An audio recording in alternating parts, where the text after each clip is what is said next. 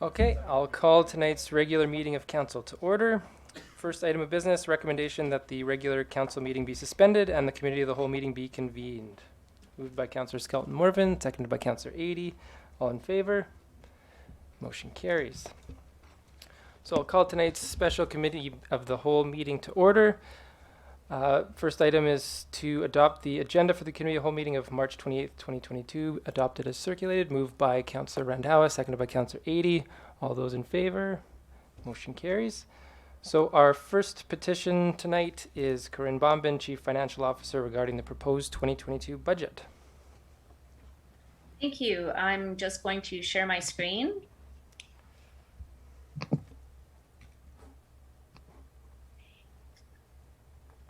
Can you see it there? Yep. All right. Great. Thank you. Good evening. This is the first of two in-person public consultations on the 2022 budget. Staff presented the 2022 municipal budget on March 14th at the Committee of the Whole. Today, we will be showing a snapshot of that presentation, plus some further information in response to council questions that day. At the presentation last meeting, we proposed an increase of 3.63% to the mill rate to fund the services at existing levels. This means properties with an assessment increase of 26% or more over last year will see an increase to their municipal taxes. A homeowner with an average assessed value home last year and this year would see an increase of $67 for the year. The increase is proposed to fund the allocation towards unforeseen emergency repairs in 2022, rehousing the public works crew, additional fire relief staff instead of bearing overtime costs, a mandated increase in the RCMP contract following their union negotiations, and adding the new 24-hour washroom service. We've created this visual for viewers to see where their tax dollars are expected to be spent in 2022.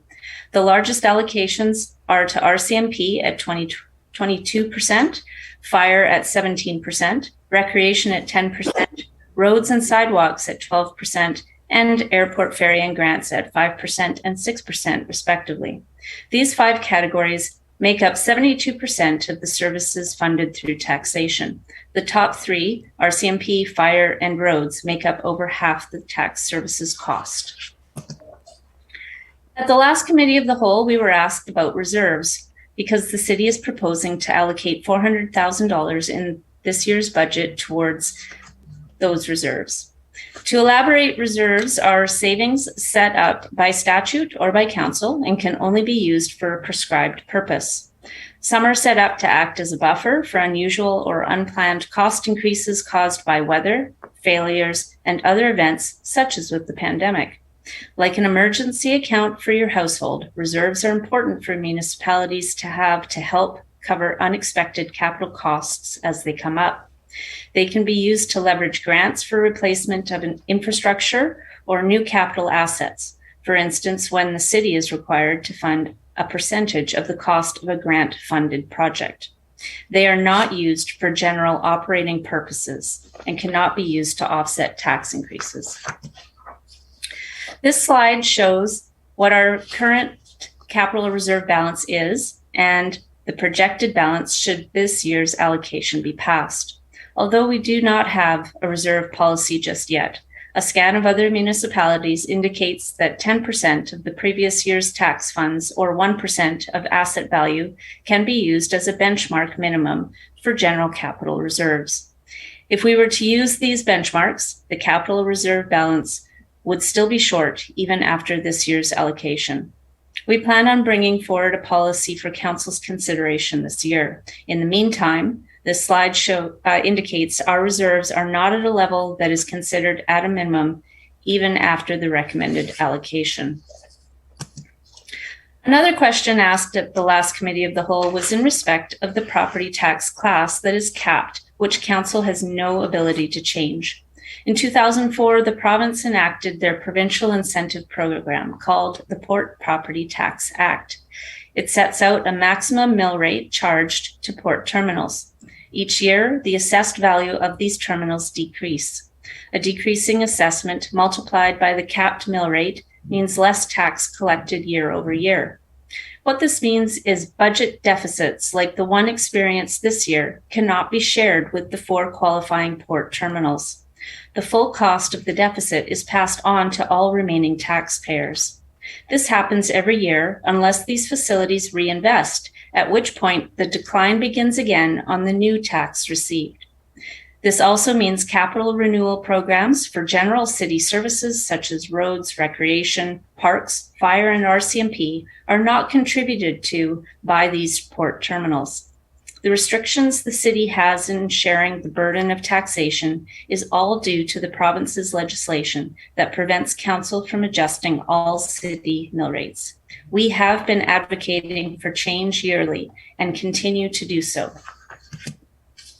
A reminder that the provincial government offers residents the homeowner grant and the tax deferral program. These programs are available to reduce property taxes paid and defer the tax payments through a loan that is recovered at the time of sale. Details of these programs can be found on the provincial government website, the city's website, or on your property tax notice. Homeowners must make application to the province for the homeowner grant before the tax payment deadline on July 4th, or a provincial penalty will be applied. The homeowner grant can be applied for now. Go to gov.bc.ca/homeowner grant or call toll-free 1-888-355-2700 for more information and to make application.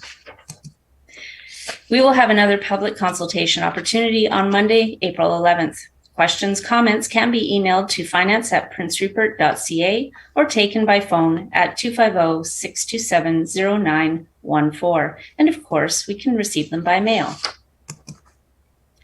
On the city's webpage, under quick links, property owners can view our 2022 budget informational documents, including our proposed 5-year financial plan, our 2022 budget presentation from March 14th, and the documents prepared for council that same day, as well as in December relating to department requests. Also available is our budget simulation, which is another way to provide feedback on the budget. The budget simulation is also presented on the landing page, as shown here. Submissions from the simulation will be shared with council after the simulation closes on April 12th. And thank you for listening to this short presentation. Thank you very much, Corinne. Before I invite any members of the public to come and provide input on the budget, we do have one additional petition and delegation coming to present. So I'll open it up to the public after that. So with that, I'd invite Ms. Kaylee Marlowe from Tourism Prince Rupert regarding the Community Signage Improvement Project. Welcome.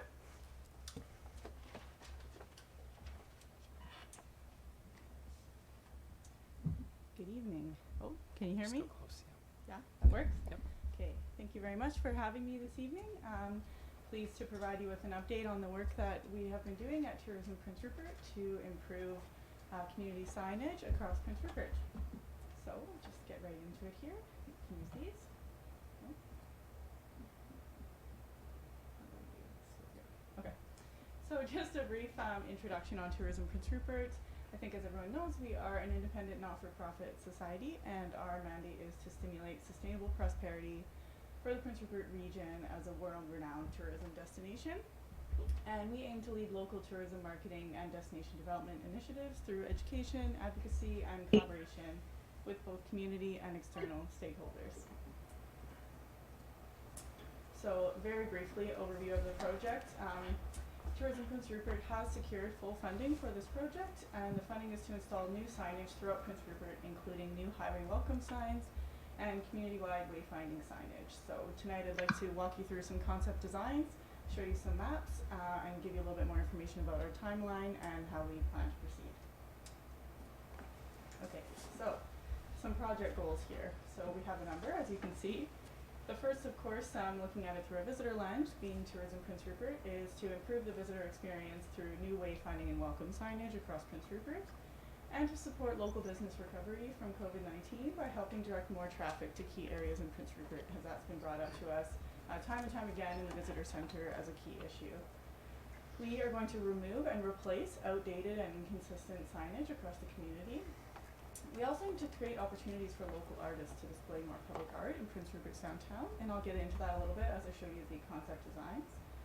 Next, we aim to align with the Prince Rupert 2030 vision, of which we were all a part of the process, in particular the placemaking and downtown improvement strategies. And coupled with that, of course, we'd like to align with the City of Prince Rupert's new brand launch, which is very exciting. And the final piece is to create some opportunities for the inclusion of Smalleq language and Indigenous art in public spaces in Prince Rupert. So we have three main outputs of this project. The first, as I mentioned, is the removal of outdated signage. So these are the main pieces that local residents will see take effect in Prince Rupert in a physical sense. So the removal of outdated signage, and next we will have the installation of new highway welcome signs. So this is a new sign at each official Highway 16 entrance to Prince Rupert. So when you come in from Terrace and at the BC Ferries entrance as well. And the third piece is the installation of new wayfinding signage. So this will be a complete network of maps and informational signage throughout the downtown and Calgary areas with art from local artists, Lucy Trimble, Roddy Chisaka, Kristen McKay, and Chris Fraser. So very exciting.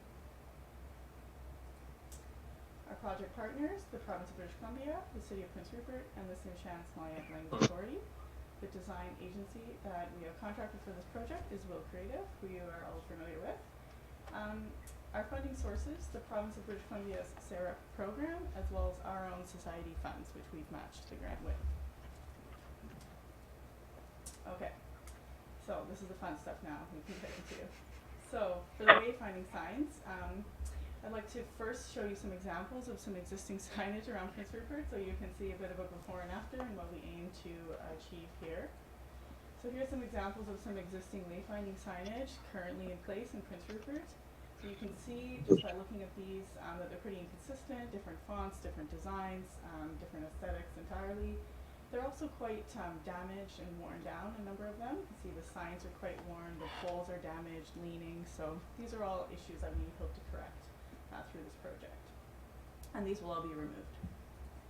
So here's a map of existing wayfinding locations, or existing wayfinding signage locations in Prince Rupert. So we did a bit of an exercise where we walked the whole downtown Calgary area and plotted on this map with thanks to the city's operations department for helping us set this up. All of the existing signage so that we could go ahead and remove it. And here's the map of where we propose to place the new wayfinding signage. So you can see there's a little bit more signage, and also it's a little bit better dispersed across the downtown and Calgary areas. You can also see that it's divided by district. You can see those four colors. So this is where we aim to align with the Prince Rupert 2030 vision by activating on those four districts. By activating on those four districts that were identified in the Prince Rupert 2030 vision. So that's the Calgary Waterfront, Historic Upper Town, Marina District, and Midtown District. So here we go into the concept designs. This is really the fun part. Okay, so a bit of a style guide first. Here you will see each district has been assigned a color. So that's the first piece where you'll know you've entered a different district in the community, is that you'll have a different color. And also those four artists I mentioned who were selected from a public call for artists, we've assigned a different artist to each district as well. So you will see a different color as well as a different artist's artwork as you enter a new district. So it's a real placemaking exercise in that sense as well. We'll be using cedar as a primary material, and you can see that the artwork will be sandblasted into the cedar, like that example in the top left. And there's a little inset map that you'll see on some of the signage as well as fonts. So here's our first concept here. You can see there's three different types of signage. We have these informational kiosks, and there will be four of these, one in each district to sort of center the district, provide a larger map, and there will be a bio of the artist and some information about their artwork as well. Then you will see these fingerboard style. These are custom cut actually, and then these smaller informational panels. A couple things to call attention to here. First is that this leaf design you see is just a stock image placeholder for now, just to show you how the artwork is going to be wrapped and included in such a large scale. But that is where we will see the artwork from those four local artists. Also, the shape of the panel on the kiosk there is a form line inspired shape, which was done in consultation with local artist Russell Mather as he worked on the city's brand as well. So that's one of our ways to nod to the city's new brand, is to use those form line inspired shapes as well as the color palette. So I've got an example here for each district. So you can kind of get a sense, going through these, of how the different districts will be identified and differentiated as well. The artwork will be different. Oh, that's the wrong one. Okay, so that's everything on the wayfinding signage. There, as I mentioned, will be just 4 of those kiosks, but there will be quite a number of those smaller panels, all on signs through the downtown, as well as those fingerboards signs in kind of larger, more open area, intersection style areas. So now, mindful of time, onto the welcome signs here. So, again, just a quick overview of the existing signs. On the left here, you can see the sign that used to be at the BC Ferries entrance. It's no longer there. The picture on the far left is what is there now, which is just an existing concrete base, which we plan to reuse. And then on the right, of course, is our existing Welcome to the City of Prince Rupert sign as you come in from Terrace. So I think this is going to be the biggest statement of the project, is replacing this sign here. And I am pleased to show you where we've come to in terms of some concept designs. Before I do the big reveal, I'll let you know that we have 4 concepts, and I welcome your feedback on these concepts. All 4, we've really tried to nod to the city's new brand and create something that we feel like is really authentic to Prince Rupert, but of course everything is subject to feedback still. Alright, here's our first design. So again, these form line inspired shapes come from some of the work that Russell Mather has done, and then you can see the word mark in the middle is obviously the new Prince Rupert logo for the city, and we wanted to include that. You can see also a Smaliak welcoming message underneath that's provided by the Tsimshian Smaliak Language Authority. And the font above and below the words Prince Rupert, that's the Tourism Prince Rupert font, so kind of a nice marriage there. The panel in the front would be cedar clad there, and so you'd have that nice mixture of aluminum and cedar. And then the concrete base there, we will try to reuse the existing base as much as possible. So we would take off the sign and then pour a new cap on the existing base so that it is reused in some capacity, but looks a little bit more modern. And you can see we've played with a couple different color options here as well. And there it is in the scene in place. You can see what it would look like. Here's our second concept, a little bit more clean and modern. So again, the primary materials would be steel, aluminum, and cedar cladding on that front panel. It would be sandblasted to have a really nice texture. The letters themselves would be raised aluminum from the cedar, and then that arch, that rainbow arch there, would be an aluminum raised piece as well. And we've talked about doing some uplighting as well, which I think would look quite nice in the evenings. And there it is, again, in place. Third concept, same as the last one, but we've just reversed the 2 panels. So the black is in the front, giving you a little bit more contrast, and the cedar panel is in behind there. And there it is. You can see here a little bit better that sandblasted texture on the cedar, kind of gives a little bit of visual interest there. And then here's our 4th concept. We've just flipped it on its side, used a different form line inspired shape for a little bit more of a lower profile. One idea too is to do 2, connected but different signs. You could do one like this at the BC Ferries entrance and the taller one at the main entrance, so they're connected but not identical. It's kind of an idea we've played with as well. Yeah, and there's this one again with the panels reversed and black in the front, just so you can see another option there. So onto the timeline very quickly. So we will be opening up a public comment period now until April 18th. So that gives 3 weeks for the community, our stakeholders, anyone really to reach out to us and provide feedback on the project, on the concept designs and on the project as a whole.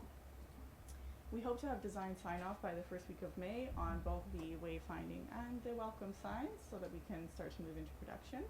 So that gives us about a month from now to finalize all these little pieces. And then sign fabrication we anticipate will take about 3 months. This is of course a ballpark. There are certain things that we don't have control over, such as availability of materials, shipping, that kind of a thing. But we think it will be about 3 months, and then shipping and installation into the early fall. So we aim to install everything by the end of this year. So that is my presentation. You can learn more at visitprincerupert.com/signage project. We have a full overview of the project there with lots more information, all these concept designs, and there's a form there to submit public feedback. Excellent. Well, thank you very much for your presentation. Incredibly exciting. I'll open it up to any questions or feedback from members of council. Councillor Brandawa.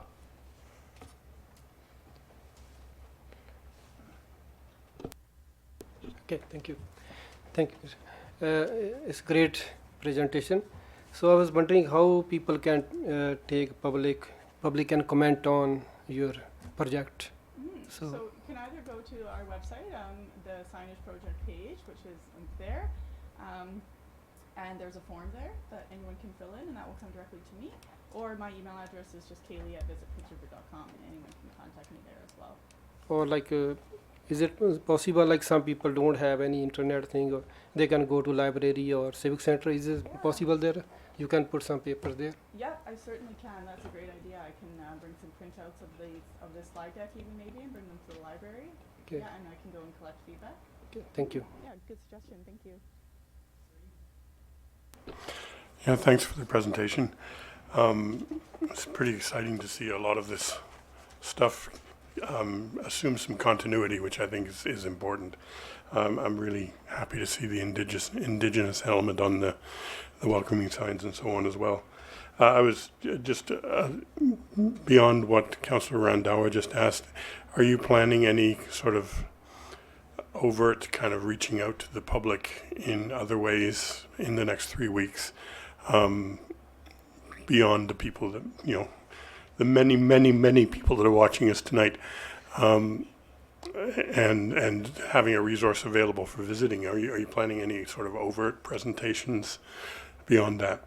Yeah, in addition to this presentation, I've sent out a press release in regards to this project to all local media outlets with the link to the community feedback forum. So I expect that will be going live tomorrow, hopefully, in our local media outlets, and so we'll get more eyes on it. We'll also post to our social media, and we have a newsletter, an email newsletter that we'll be sending it out in as well next week.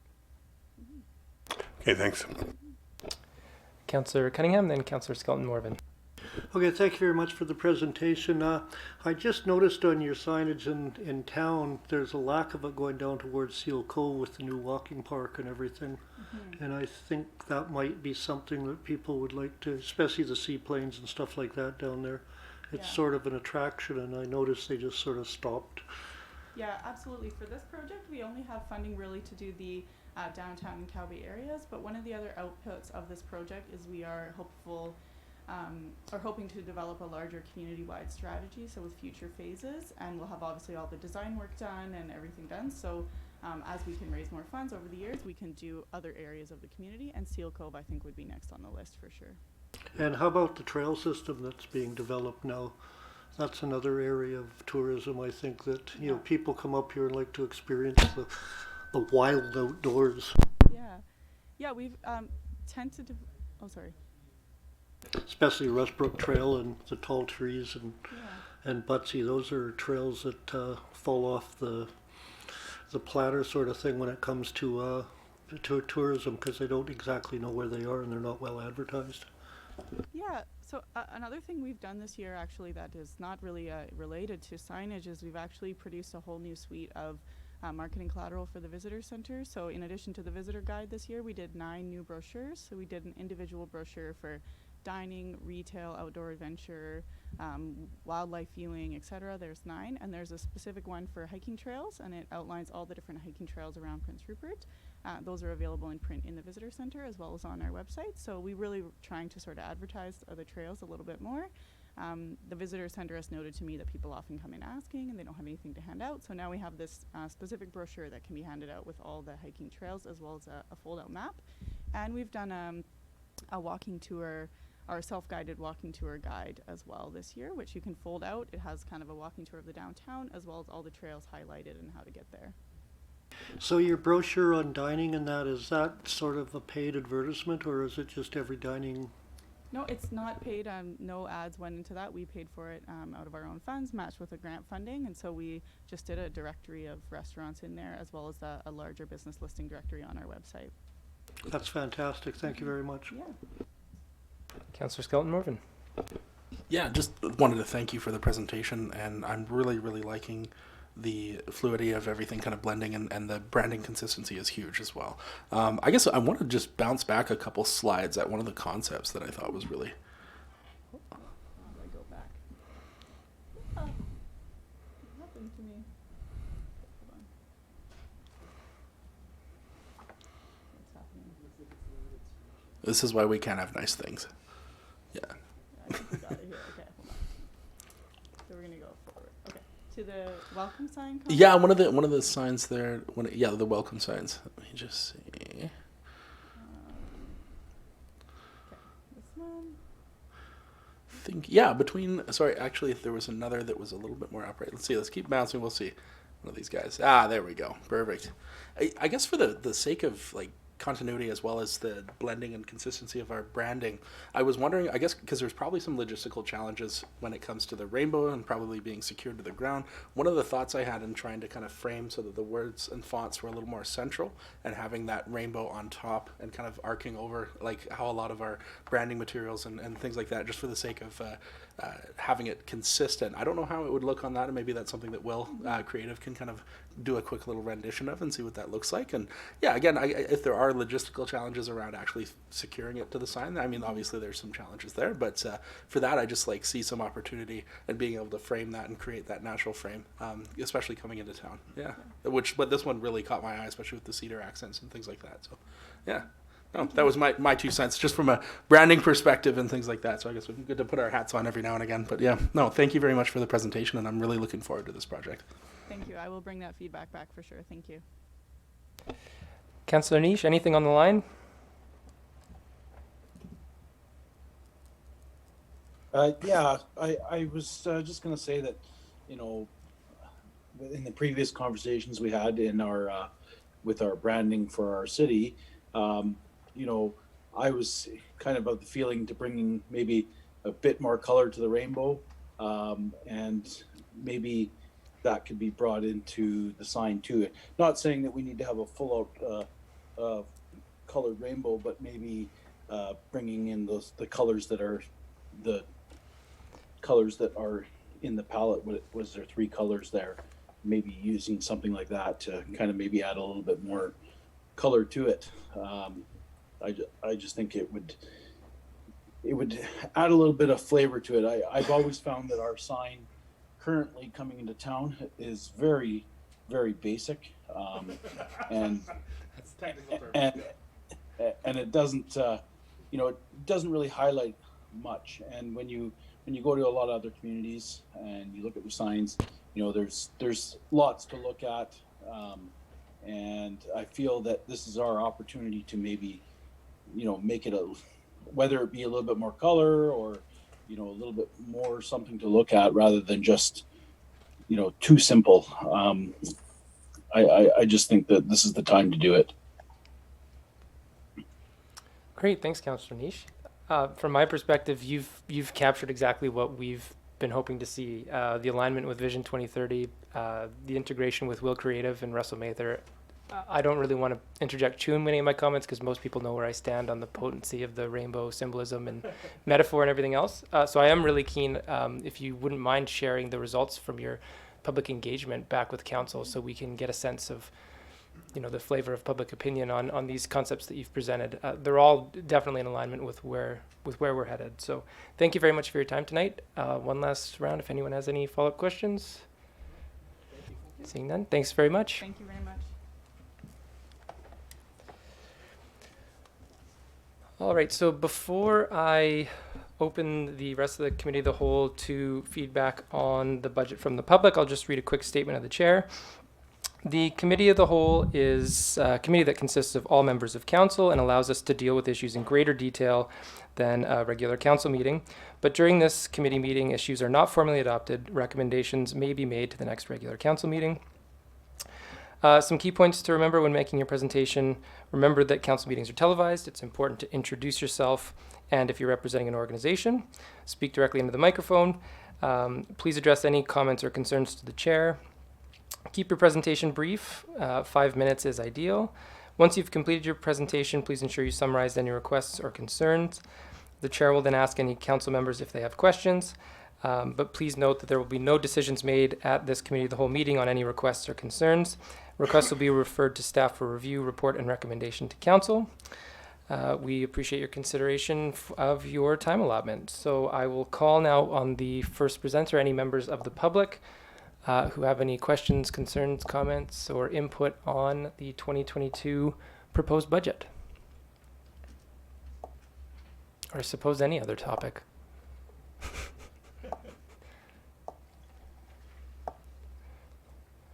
I'll call again if there's any members of the public who want to come and speak. Okay, calling a third and final time. Seeing no one, I would entertain a motion to adjourn the committee of the whole meeting and re-adjourn the council meeting. Moved by Councillor Skelton Morvan, seconded by Councillor Cunningham. All in favor? All right, meeting adjourned. So we, first item of business on our regular council agenda is, to adopt the agenda for the regular council meeting of March 28th, 2022 as presented. Moved by Councillor Randhawa, seconded by Councillor Adie. All those in favor? Motion carries. Item 3A, recommendation that the minutes of the special council meeting of March 14th, 2022 be adopted. Moved by Councillor Adie, seconded by Councillor Cunningham. All those in favor? Motion carries. Item 3B, recommendation that the minutes of the regular council meeting of March 14th, 2022 be adopted. Moved by Councillor Skelton Morvan, seconded by Councillor Cunningham. All those in favor? Motion carries. And the last minute's recommendation that the minutes of the committee of the whole meeting of March 14th, 2022 be adopted. Moved by Councillor Cunningham, seconded by Councillor Skelton Morvan. All those in favor? Motion carries. So item 4A, reports and resolutions. First, we have a report from planning regarding the development activity report. Welcome.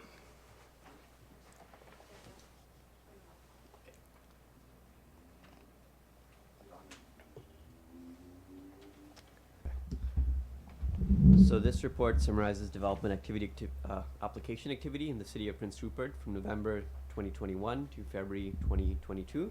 The report is intended to inform council on applications that have been received and their current status.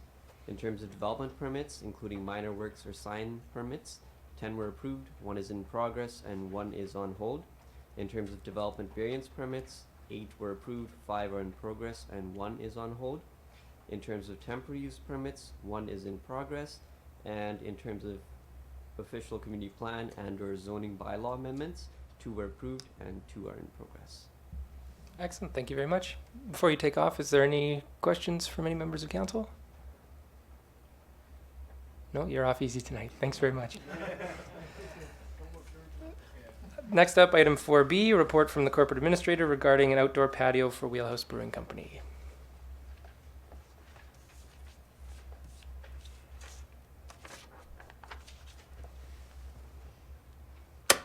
Oh.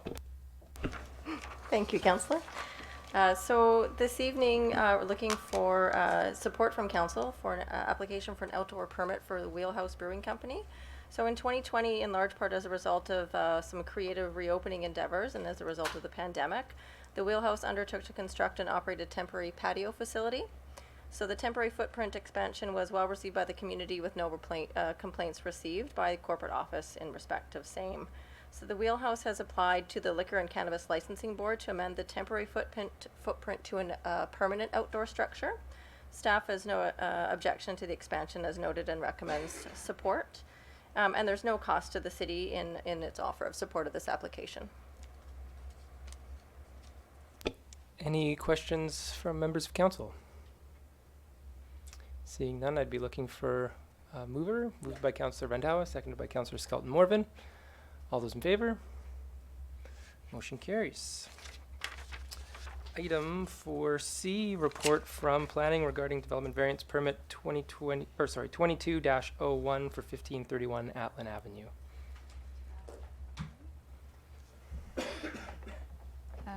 This is on. So we would like to amend our recommendation based on the following items for this report.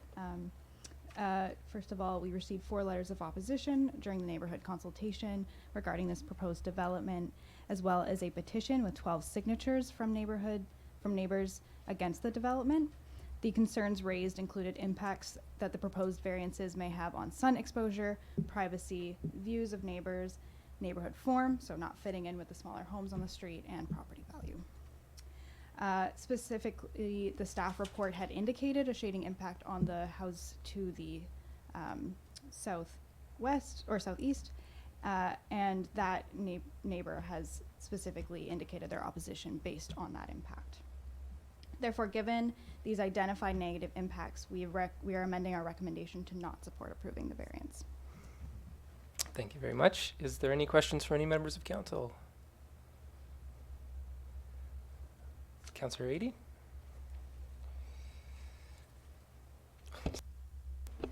You'll get it. By the end of the evening, you'll have it. Not so much questions as just a tip of the hat to the public notification process and why it matters. We often find ourselves kind of scrolling through these things, and there's a sort of a routine around it.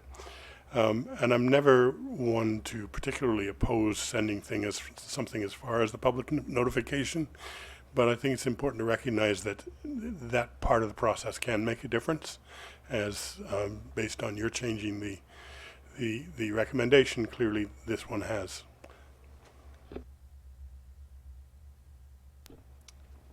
Okay, seeing no other thoughts from... I'll speak. Oh, okay, go ahead, Councillor Niche. Yeah, you know, as I had stated in the last meeting, you know, I think it's a slippery slope to go down when we start, you know, if we start accepting, you know, height variances of this sort of nature. And, you know, our town, and I'll use Graham as an example, where you have, you know, houses that are 1 story at street level and 4 stories, you know, on the downside of the cliff. And you know, those are good examples of a place where a height variance makes sense, you know, or it's not impacting as much. And you know, this particular one, if you look at it, it was just it's so high, and it's already above street grade, and you start putting almost a 40-foot tall building above street grade, and it becomes very impactful for a lot of people. And I definitely think that this is, you know, in the future, I really disagree with these completely. I mean, I just think that it's, you know, it can really affect a lot of people by doing this. And even same with the size on this property. I mean, that is we get this, and we have further down, and tonight we have examples of small lots where people are asking for bigger lot coverage, and you know, in smaller lots it makes sense because, you know, they're trying to make a bigger house on these small properties that were more, you know, back from the 1910 when they first surveyed our community.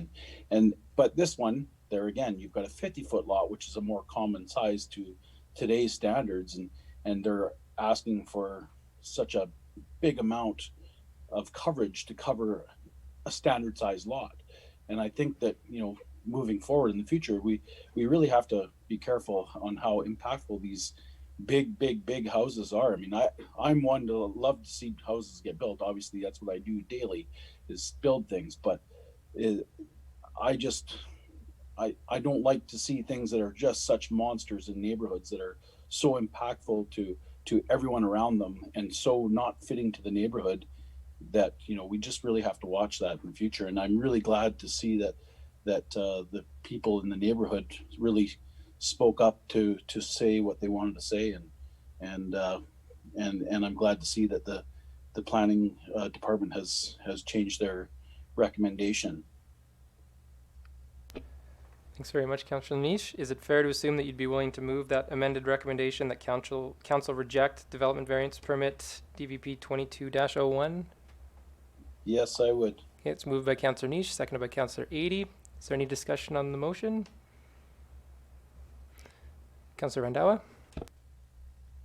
Yeah, but like we all want some development. We are short on housing, but not at the cost of other people's quality of life. So I will go with the staff's recommendation. Thank you. Okay, thanks very much. Seeing no one else, I will call question. All those in favor? Motion carries. Thanks very much. Item 4D, report from planning regarding development variance permit 22-06 for 221 11th Street. No, it's okay. So the recommendation is that council proceeds with considering approval for development variance permit 22-06. Moved by Councillor Skelton Morvan, seconded by Councillor 80. Any final thoughts? Seeing none, all those in favor? Motion carries. Item 4E, a recommendation that council proceeds with approval for development variance permit DVP 22-03. Moved by Councillor Randawa, seconded by Councillor Cunningham. Any final discussion? All those in favor?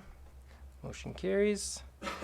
Item 4F, recommendation that council proceeds with considering approval for development variance permit 22-07. Moved by Councillor Randawa, seconded by Councillor Cunningham. Any final thoughts? Seeing none, all those in favor? You guys have to vote, remember? All in favor? Yeah, okay. Motion carries. All right, item 4G, report from the Director of Operations Intergovernmental Relations regarding the request for proposals 22-09. Recommendation is that council award the City of Prince Rupert RFP contractor services to CT Northern Contractor Alliance Limited Partnership. So it's moved by Councillor Skelton Morvan, seconded by Councillor Cunningham. Over to you.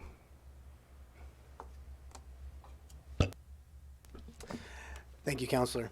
The recommendation is, as the councillor has stated, that we award the City of Prince Rupert RFP 2209 to CT Northern Contractors Alliance Limited Partnership and add the attached language to the city's purchasing policy. So there is language in there that allows us, that we've attached to add to our purchasing policy to further just concrete the use of a MSA in our process. We've ran the bid process publicly. We received one compliant bid from CTNCA. They presented local equipment, local employee availability, local experience, and competitive rates.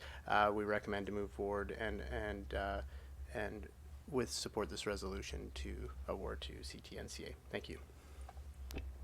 Excellent, thanks very much. So the motion is on the floor. Is there any discussion or questions? Okay, seeing none, all those in favor? Motion carries. Item 5A, report from planning regarding the zoning bylaw 21-03 for 1220 Portage Road. Is there someone speaking to this? No? Okay. So the recommendation is that council give third reading to the City of Prince Rupert Official Community Plan Bylaw number 3489/2022 to allow the change of property designation from residential to industrial. That council give third reading to the City of Prince Rupert Zoning Bylaw number 3490/2022 to allow the change to rezone the property from P1 Public Facilities to M1 Light Industrial, and then proceed to the Ministry of Transportation and Infrastructure for review and approval. Moved by Councillor Cunningham, seconded by Councillor Skelton Morvan. Discussion? Councillor Eady.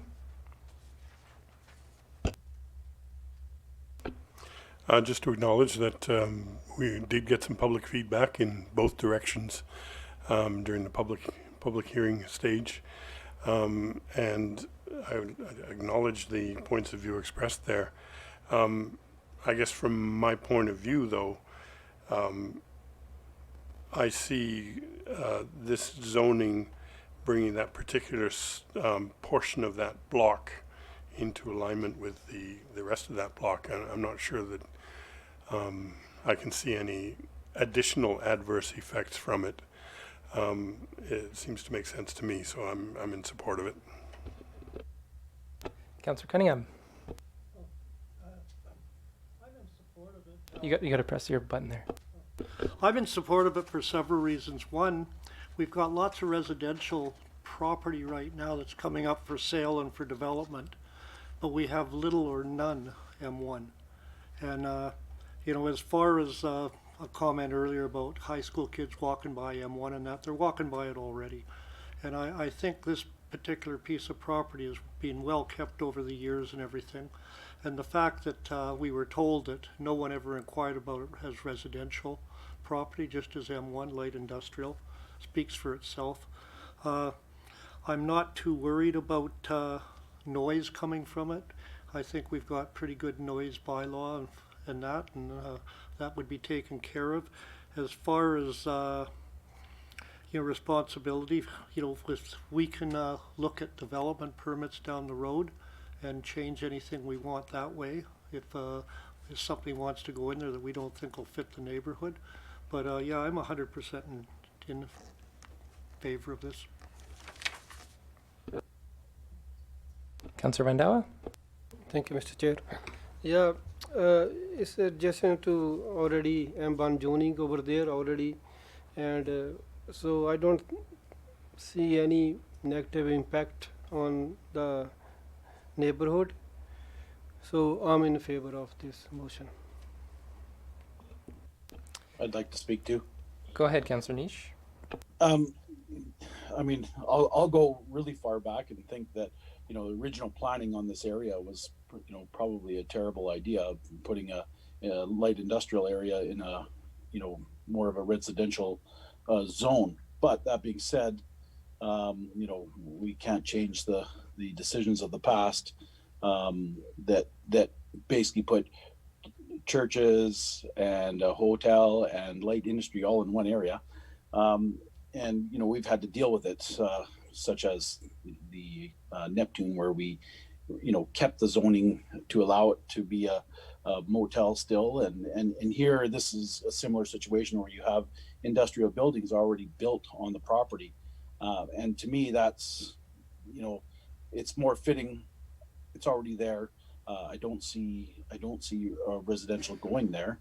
And I do feel that, that the property that was spoken about earlier, Mr. Stunder spoke to his property, and I feel that there is a buffer there of trees already, and I don't feel that it's heavy industry, which is going to be impactful for noise. And I've never heard any complaints of noise coming from the light and industrial area that has been very impactful to residents in the area. So I am in support of rezoning this.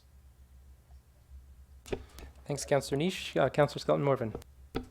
Perfect. Yeah, I just want to echo a lot of the points that have been made, and just, yeah, giving the flexibility and development in the property, I think allows for it to encourage development rather than hinder it, and putting that property on the tax roll, because it currently is not at this point in time, just because of its classification and its prior use. And I agree with Councillor Niche that there are industrial-like structures on it already in different ways and adjacent in the neighborhood. So I think a lot of the points that were made regarding high school students walking by industrial, that there already is industrial production in the area already anyways. So I'm obviously in support of this motion as well. Thanks very much, Councillor Skelton Morvan. The one point I'd like to raise just on process, because there was in the letter from Mr. Stunder a couple of references to process, one of which was maybe a miscommunication or a difference from M2 zoning versus M1, and then a second piece around just a zoning bylaw amendment versus a zoning and a OCP amendment. So I just want to clarify with our corporate administrator that in terms of process, I feel like according to all of my notes, both were done appropriately.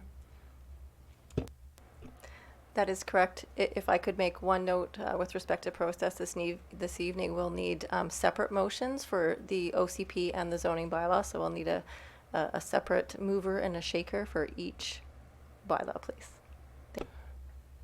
So with that said, then could we consider the mover and seconder just to the first motion for the official community plan? Okay. So with that, then we'll do that as two separate motions. So the motion on the floor then would be to give third reading to the City of Prince Rupert official community plan bylaw number 3489/2022 to allow the change of property designation from residential to industrial. Is there any final thoughts? Hearing none, all in favor? Okay, motion carries. The second motion then would be to give third reading to the City of Prince Rupert zoning bylaw number 3490/2022 to allow the change to rezone the property from P1 public facilities to M1 light industrial. and to proceed to Ministry of Transportation and Infrastructure for review and approval. Moved by Councillor Skelton Morvan and seconded by Councillor Cunningham. Any final discussion? Seeing none, all those in favor? Motion carries. Item 5B, report from the Director of Operations and Intergovernmental Relations regarding cemetery fees and charges amendment bylaw number 3491, 2022. Thank you, Councillor. The recommendation is that Council introduces and gives first, second, and third readings to the cemetery fees and charges amendment bylaw number 3491, 2022. There's really nothing more to add to the report, just to really reiterate that this bylaw is just a change in the way the fees are allocated in our care fund, and there is no fee that is, or extra fees associated with this going to the end user. This is simply some housekeeping on our side. Thank you. Any questions? Oh, moved by Councillor Randhawa, seconded by Councillor Adie. No, seeing none. All those in favor? Motion carries. Item 5C, report from the Director of Operations Intergovernmental Relations regarding road closure bylaw number 3488, 2022. Thank you, Councillor. The recommendation is that Council introduces and gives first, second, and third readings to road closure bylaw number 3488, 2022.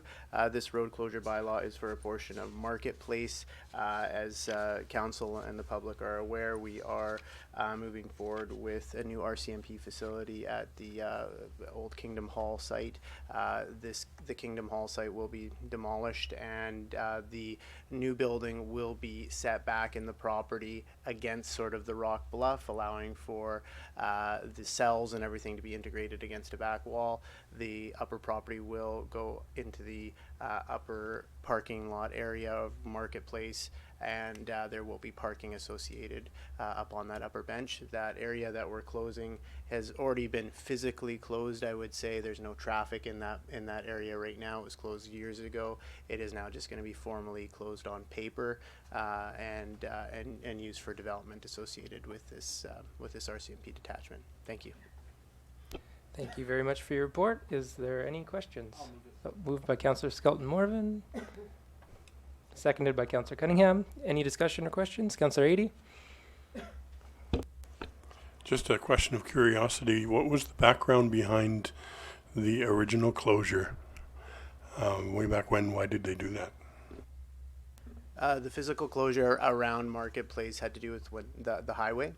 So it isn't a really abnormal intersection to have a four-way lit intersection and then sort of another leg coming in off of Marketplace. So there was, before my time with the city, it was closed to traffic and just used for parking associated with the green space there. Thank you. Any other questions? Seeing none, I'd call a question. All those in favor? Motion carries. Reports, questions, and inquiries from members of council. Nothing? Okay, Councillor Cunningham. If we could get the Director of Operations to explain a little more about the McCarthy lease and future purchase. I've had a few people since the announcement about questions about that, like if we're going to lease it for 5 years and buy it, but we're spending this money to upgrade it and that, is it going to increase the value and we got to pay more, and things like that, just so that we can put some of these people at ease, as they seem to be, a little buzz about it. So it would just save us a lot of questions sometimes down the road, and I can do shopping better. Thank you, Councillor. So we've a couple years back, we realized that our public works facility was in some pretty big dire straits. We looked at a new building, and at the time it was in the order of $5+ million, plus we needed to find land in order to build it, and the timelines associated with building it.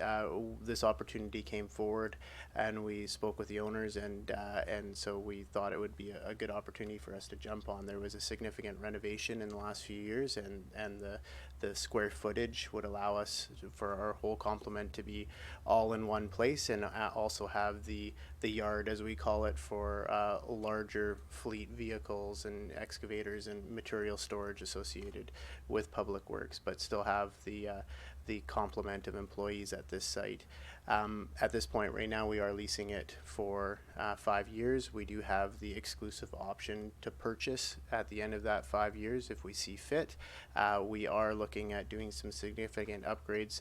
The number that is in the budget is $750,000. We put that as a larger budget item, though we don't think it will be that much, but we've seen with COVID some significant creep associated with costs and numbers, so we anticipate that may happen, so we put a larger budget. If we don't need the money, we will definitely not be using the money. Associated with the purchase after, though, there will be appraisals completed at that time and an active negotiation talking about the money that we've put in versus the cost and that. So that will be a negotiation that happens at the time of purchase if we choose to move that way with it at that time. Thank you. Any other reports, questions, or inquiries from members of council? Okay, seeing none, I'd entertain a motion to adjourn. Moved by Councillor Adie, seconded by Councillor Randhawa. All those in favor? Meeting adjourned. Thanks very much, everyone.